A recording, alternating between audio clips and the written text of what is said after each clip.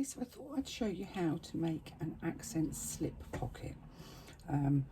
My lining for my bag is really quite bold, so it's all in this fabric, and if I put my slip pocket, let me just show you, if I put my slip pocket onto there, it's just going to kind of vanish into the fabric, and whilst it's nice to have things pattern matched and all the rest of it, I want to be able to see where I'm putting things inside of my bag.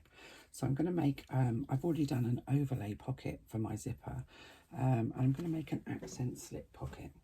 So my accent's a piece of black fabric. I have my 2 pocket panels, and I've cut these to the size that I want them, and then I've cut a piece of an accent colour that's 1.5 inches high by the width of the pocket.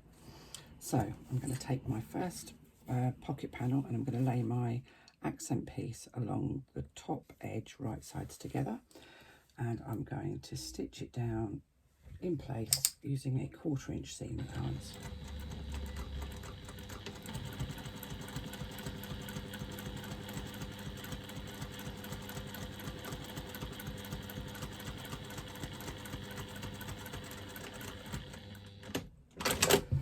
I'm going to open that up. I'm going to take my second piece of slip pocket fabric, and I'm using the same fabric on the lining as I am on the outside of my slip pocket, and I'm going to lay that accent piece along the top edge again, and again a 1/4 inch seam allowance.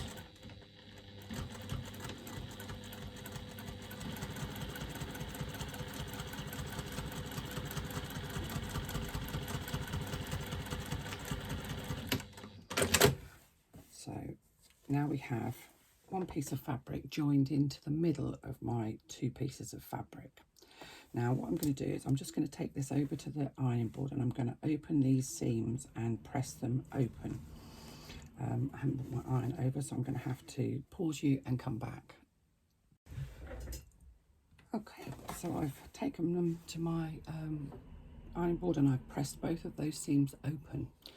So now I'm just going to construct my pocket the same way as I would normally construct it. So I'm going to fold it in half, right sides together, and those seams should match at the top there. So you've got the open seams on both sides, and they should actually match up nicely if you've cut accurately. So I'm just going to clip those all together.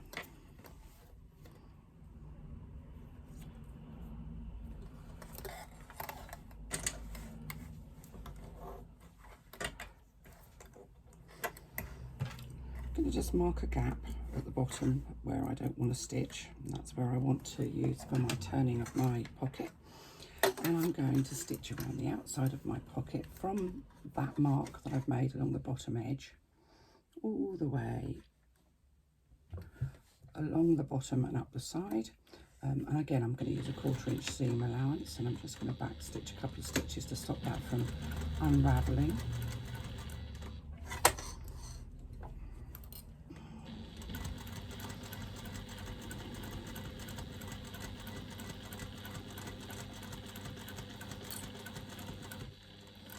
Try and make sure that those seam allowances stay open as you stitch over them. That stops it getting bulky at the top corners.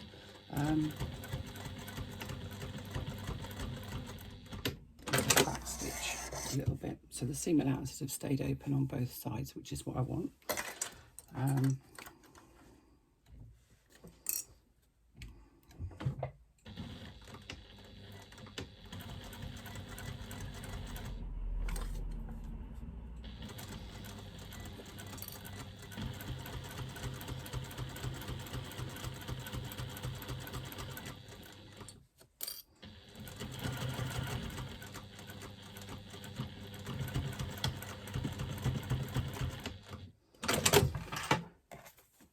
And then we just carry on and we make our pocket as we would normally do. So we're going to remove the excess fabric from the corners, and I like to take a little bit extra just to be, because I like a nice sharp corner on my pockets. I don't like to see rounded corners.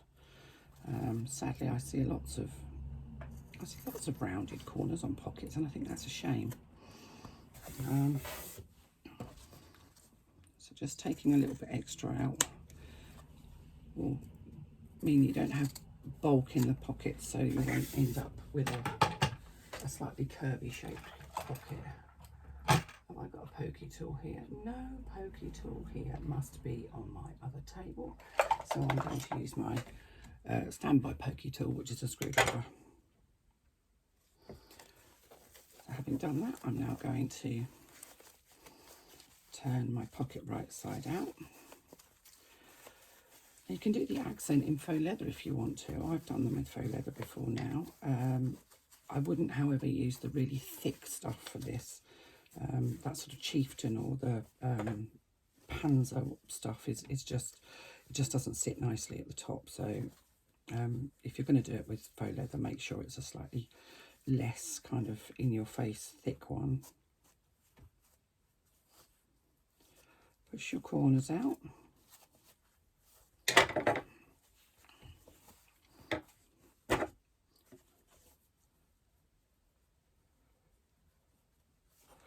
So that they're nice and square.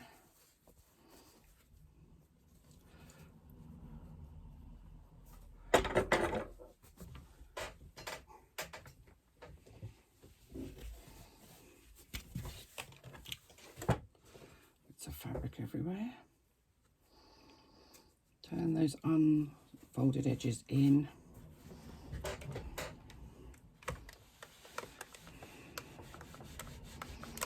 Just going to press that bottom edge for a second, and then I like to roll the sides between my fingers just to make sure that they are properly out. If they're not, then what you'll end up with is a sort of a slightly curved pocket, which just looks a bit weird. So you need that seam to be right on the side of your pocket. It's worth just taking a few minutes just to roll that between your fingers, just to make sure that it is right on the side of your pocket.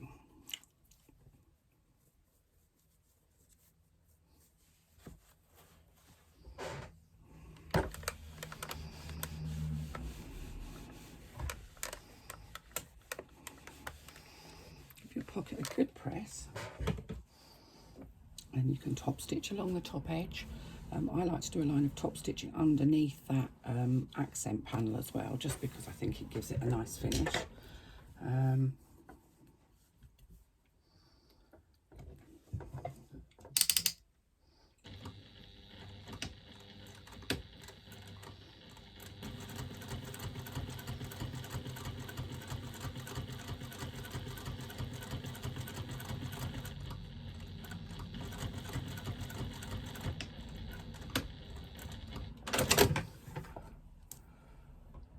Because I'm using black thread, you can't actually see my top stitching particularly well in there. But I'm going to do a line of stitching just underneath that accent panel as well.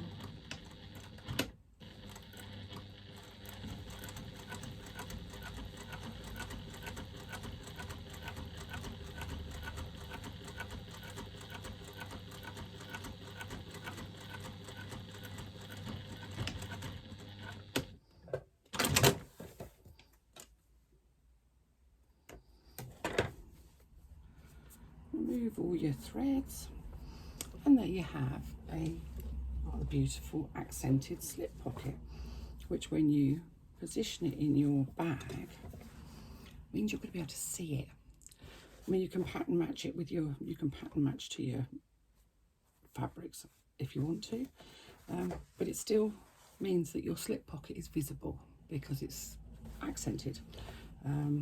So that's how I do an accent slip pocket.